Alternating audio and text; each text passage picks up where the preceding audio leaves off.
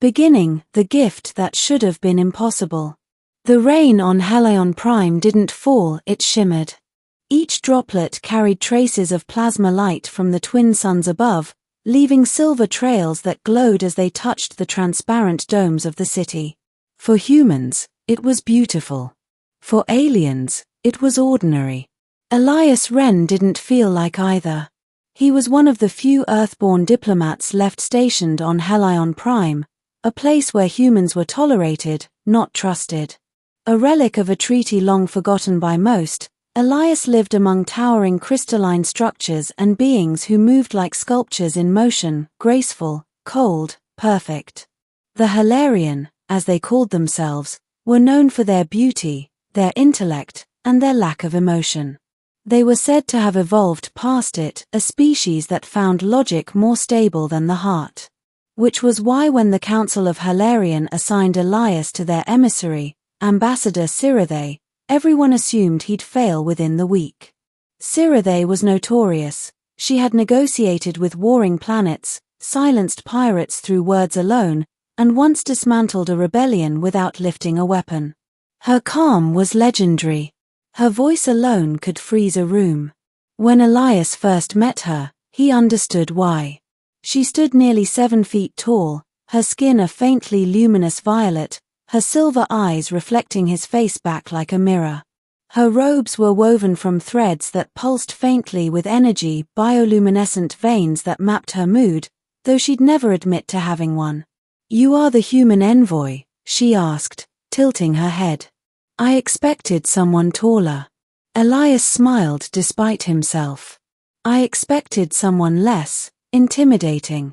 That earned him the slightest raise of her eyebrow. For the Hilarion, that was practically a laugh. Middle, the meaning of a small thing. Weeks passed in quiet cooperation.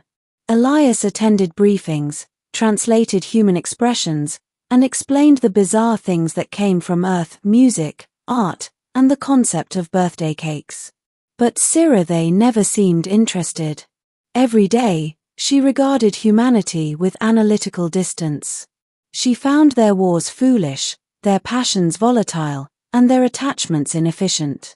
"You speak of love," she told him once, while studying a Terran documentary. "Yet it is an unstable construct. It causes pain, jealousy, destruction. Why do you cling to it?" "Because it also gives meaning to everything else," Elias said. "Without it, nothing we build matters." She regarded him with that same dispassionate gaze. Meaning is a self-deception of the emotional. He didn't argue. There was no point. But one night, while reviewing cultural exchange protocols, Elias noticed something strange. Sirathe's desk was littered with fragments of old artifacts. Most were shattered: a carved pendant, a broken hologram, a few pieces of translucent metal shaped like petals. "What are these?" he asked. "Remnants," she said flatly. "Relics from before the Purging War. My people once believed in things like sentiment. We abandoned them when emotion made us weak." Elias ran his hand over one of the broken pieces. The metal was etched with faint patterns, swirling like calligraphy. "What was this one for?" Her eyes flickered. "A keepsake. From a time when we gave gifts to express value." He smiled softly. "We still do that." Sirathe turned away. "Humans still cling to their primitive displays. We do not exchange meaningless objects to prove worth." Elias didn't respond. But later that night, when he returned to his quarters, an idea began to form, a simple, reckless idea. He was due to return to Earth soon. And he wanted to leave her something, a reminder that meaning wasn't weakness. The gift. He spent 3 days creating it. In a small workshop under the embassy, Elias crafted a tiny sphere from Terran oak, a material the Hilarion rarely saw, as wood was considered archaic and fragile. Into it, he embedded a microlight crystal harvested from Helion's lower mines. When charged, the crystal would pulse faintly, like a heartbeat. On its surface, Elias carved two intertwined spirals, the symbol of unity from both Earth and Hellarian tradition.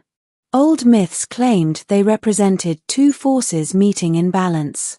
It wasn't much, but it was honest. When he presented it to Sirathe, she looked at it as though he'd handed her a dead insect. "What is this?" "A gift," he said. "From one species to another. From me to you." Her expression barely changed. Humans attach sentiment to inanimate matter. I do not. "I know," Elias said. "But it's not for you to believe in it. It's for you to feel it." He placed it on her desk and walked away, unsure why his hands were trembling. For 3 days, she didn't mention it. Turning point, the silence before the storm. It happened during the Zerath Accord Summit, where delegates from 8 systems gathered to discuss trade boundaries. Elias sat behind Sirathe as her aide, translating minor disputes. Everything went smoothly until the Varkoon envoy arrived. The Varkoon were reptilian, massive, and infamous for their aggression. Their leader, Commander Thrask, had fought against Hellarian fleets decades earlier. When he entered the chamber, his golden eyes fixed immediately on Sirathe. "Well, if it isn't the Ice Queen of Helion," he hissed, his voice dripping with venom. "I thought your kind melted after losing the war." Elias saw her muscles tense only slightly, but her tone remained calm. "We did not lose. We evolved." Thrask sneered. "Evolved into diplomats. I preferred you when you could bleed." The chamber fell silent. Hellarian officials stared forward, refusing to react. Emotion was forbidden even under insult.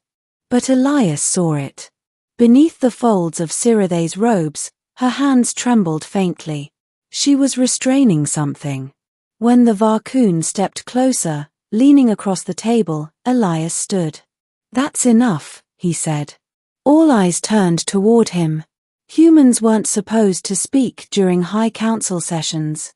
Thrask turned, grinning. "And who are you, little mammal?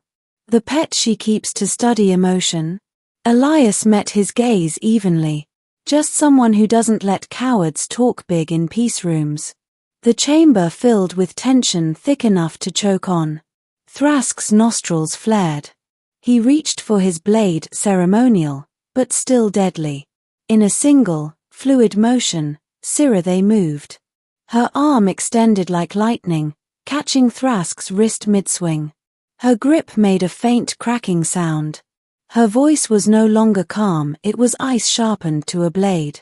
"Touch him," she said, "and I will remind you how Hellarian bleed." For a long moment, no one moved. Then, slowly, Thrask withdrew, snarling. When the meeting adjourned, Elias followed Sirathe silently through the corridors. She said nothing until they reached her private chamber. "You risked everything," she said quietly. "A human interrupting a council, it could have cost your life." "Maybe," he said. "But someone had to." Her eyes glowed faintly in the low light. "Why?" He hesitated, then smiled faintly. "Because that's what friends do." She stared at him for a long time, then turned away toward her desk. And that was when she saw it again, the little wooden sphere. For the first time since he'd given it, she picked it up. Climax, the moment that changed everything. The sphere glowed faintly in her palm, pulsing like a slow heartbeat. She turned it over, studying the carving. Her long fingers brushed over the intertwined spirals, tracing every imperfect cut. "It is flawed," she said softly. "Uneven. Rough. The crystal is misaligned." Elias chuckled. "Yeah.